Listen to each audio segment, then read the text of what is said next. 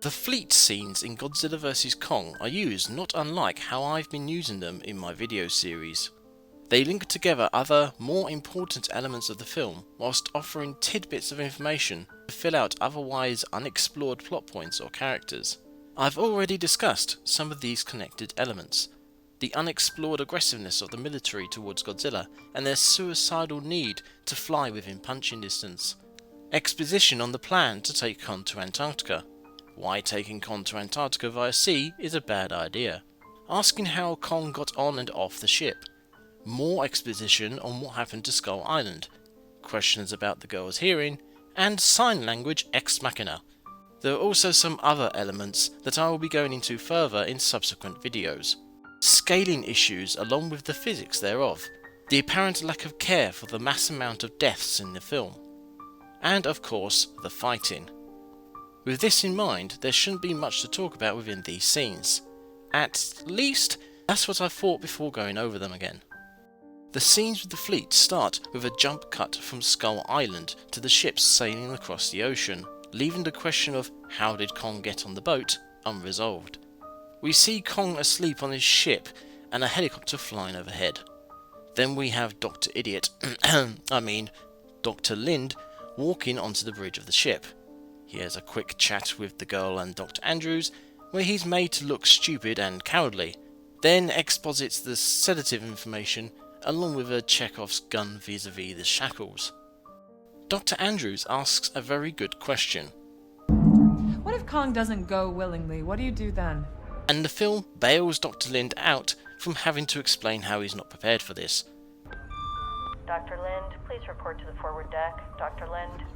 Then we're introduced to... Honestly, I didn't know this woman's name until now. In my script I had her down as Tits. I can't think why.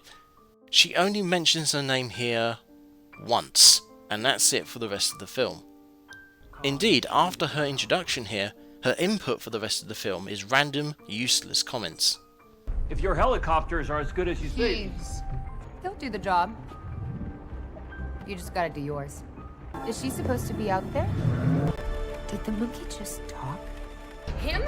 Then dump him! Dump the monkey! How about we throw you up instead, huh? There. There he is. Are you sure the monkey's gonna survive this? Here, for the vomit. What? That's literally everything she says until we get to the mountain.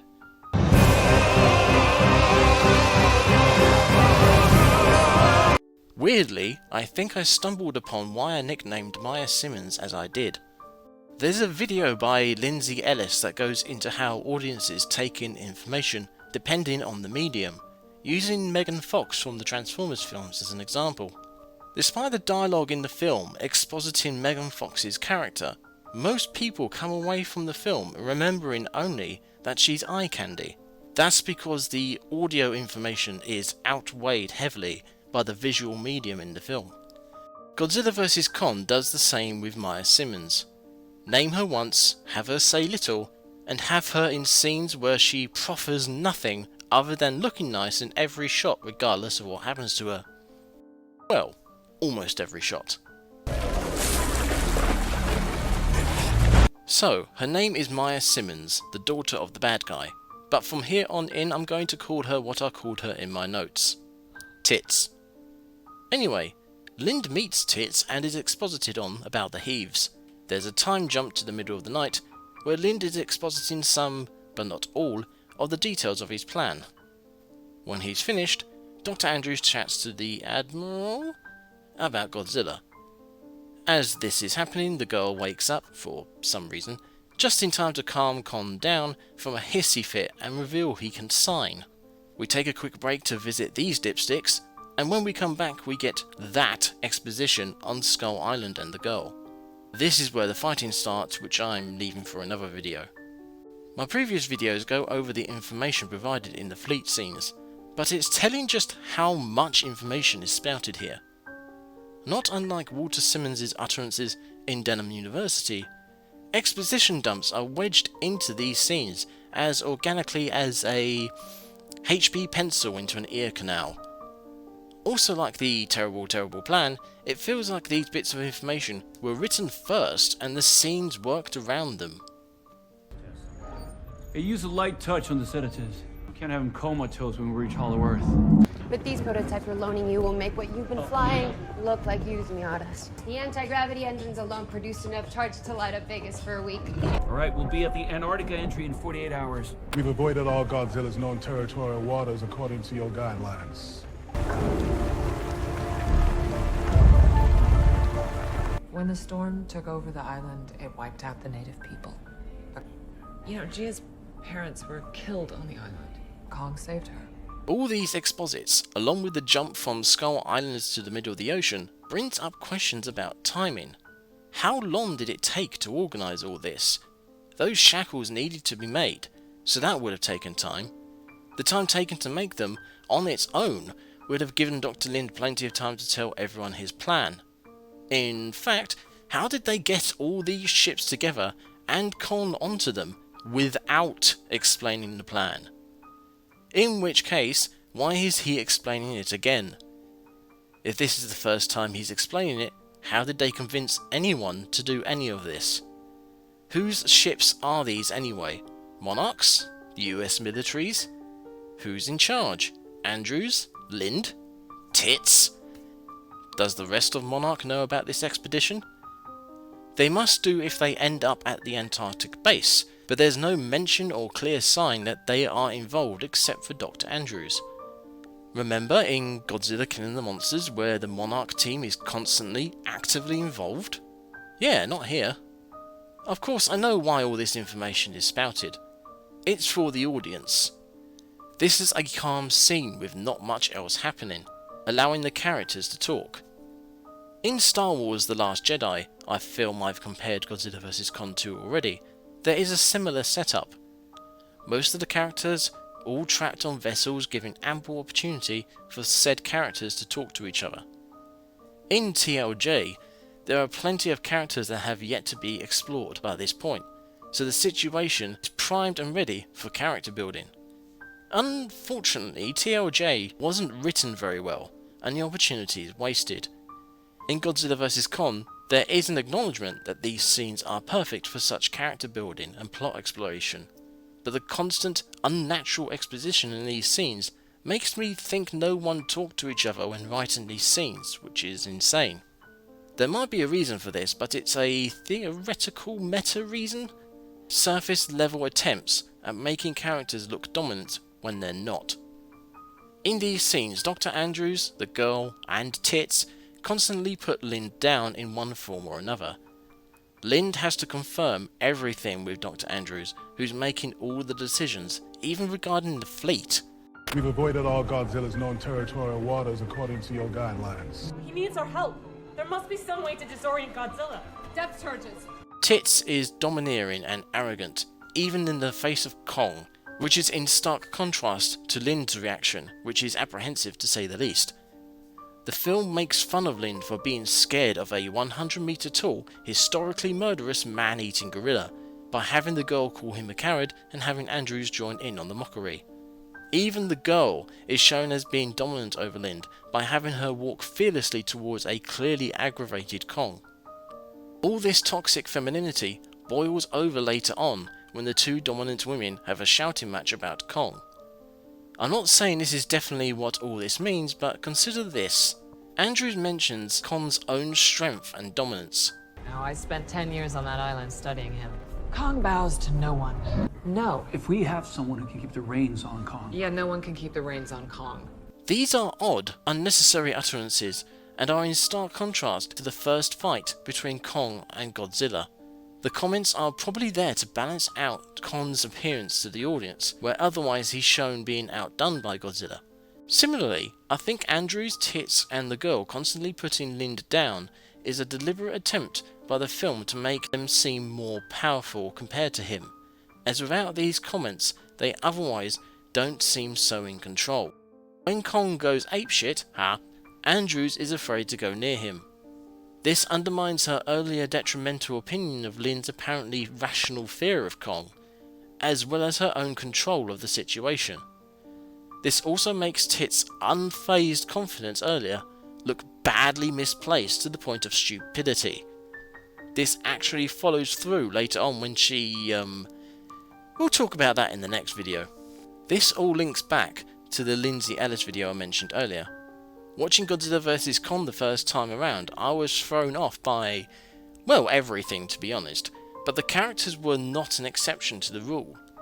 In subsequent viewings, it felt like the character actions were put in first to meet the plot.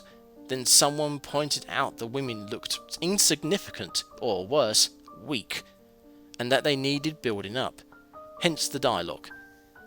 This leads to the actions taken by the characters in Godzilla vs. Kong, undermining what the audience is being told.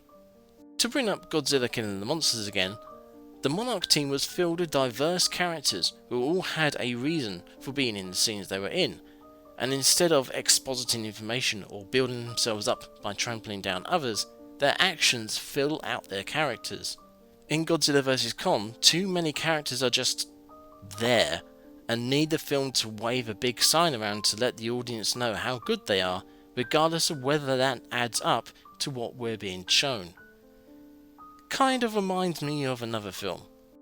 You were Carol Danvers, and you were the most powerful person I knew. You were smart, and funny, and a huge pain in the ass. Godzilla vs. Kong does it a little more subtly, but yeah, it's still there. The tactic of stating a thing that isn't necessarily a thing is used regards Kong, and not just for the sake of stating his dominance. I mentioned in previous videos how Lind just expects Kong to lead the expedition to the mystery power source. In these scenes, Lind states this belief as a fact, twice. Considering we already have two examples of statements about Kong not living up to what happens, Lind's belief in Kong's guiding ability should be one more on the pile. And yet, Kong does actually eventually lead the expedition to the power source. It's almost as if this plot point that inexplicably comes true despite all reason is there to make the other less prophetic statements seem more founded.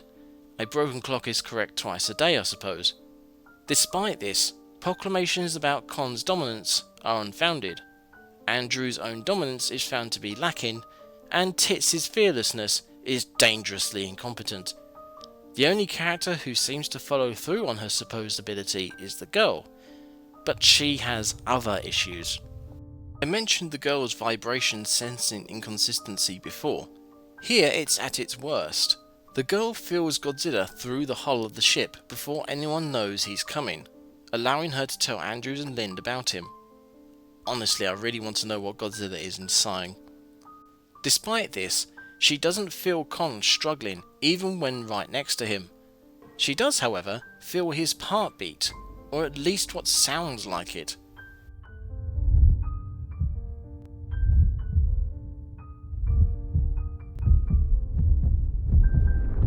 This is very nitpicky, I know, but it bothers me that this girl can feel Kong's heartbeat from inside the other end of the ship, but not the pounding of feet-thick steel chains on the floor next to her. On that subject, I really don't like how they treat Kong in these scenes. This again links back to the whole inconsistent exposition thing. Kong is chained up and owed to the original film and its subsequent iterations, but it's not such a good visual here, especially given the original connotations. He's drugged up, left exposed to the elements, left chained up during Godzilla's attack, and fed on fish. That's a lot of fish. This one gets me because it makes me wonder if they actually thought about how they were going to feed him, or whether, much like the rest of the expedition, they made it up as they went along and got lucky that they fished up enough to feed him. On top of all this, he's repeatedly called Monkey. My issues with this are slightly influenced by some issues in certain sports currently, but there is another source that makes this annoying. In Tim Burton's Planet of the Apes, there is a scene where the protagonist, played by Mark Wahlberg, is rebuked for calling the apes monkeys, being told that monkeys are a lesser species to apes, just above humans. It's a nice little interaction that exposes the humans' ignorance of the apes, which is a mirror of the apes' ignorance of the humans. It tells the audience that bigoted views are not only held by one side, and that everyone can learn to do better. Having Kong repeatedly referred to as a monkey with no pushback from anyone is annoying and slightly worrying. There's probably other issues that I could mention, but they would be minor by comparison. For instance, Kong rocking the boat, literally, and no one is knocked off their feet. Or the look that Lind gives the camera after finding out Kong's signs. It's like he's mentally saying, "Ooh," as if he's had an idea, bolstering my assumption that there was no plan to get Kong to the Hollow Earth. Actually, remember in Godzilla Killing the Monsters when Monarch could track Godzilla? Mark Russell is even shown doing just that later in this film. Now consider how the fighting starts with Godzilla popping out of nowhere to attack them. Yes, the big G has been shown to drop off the radar before, but that was with the previous incarnation of the Hollow Earth.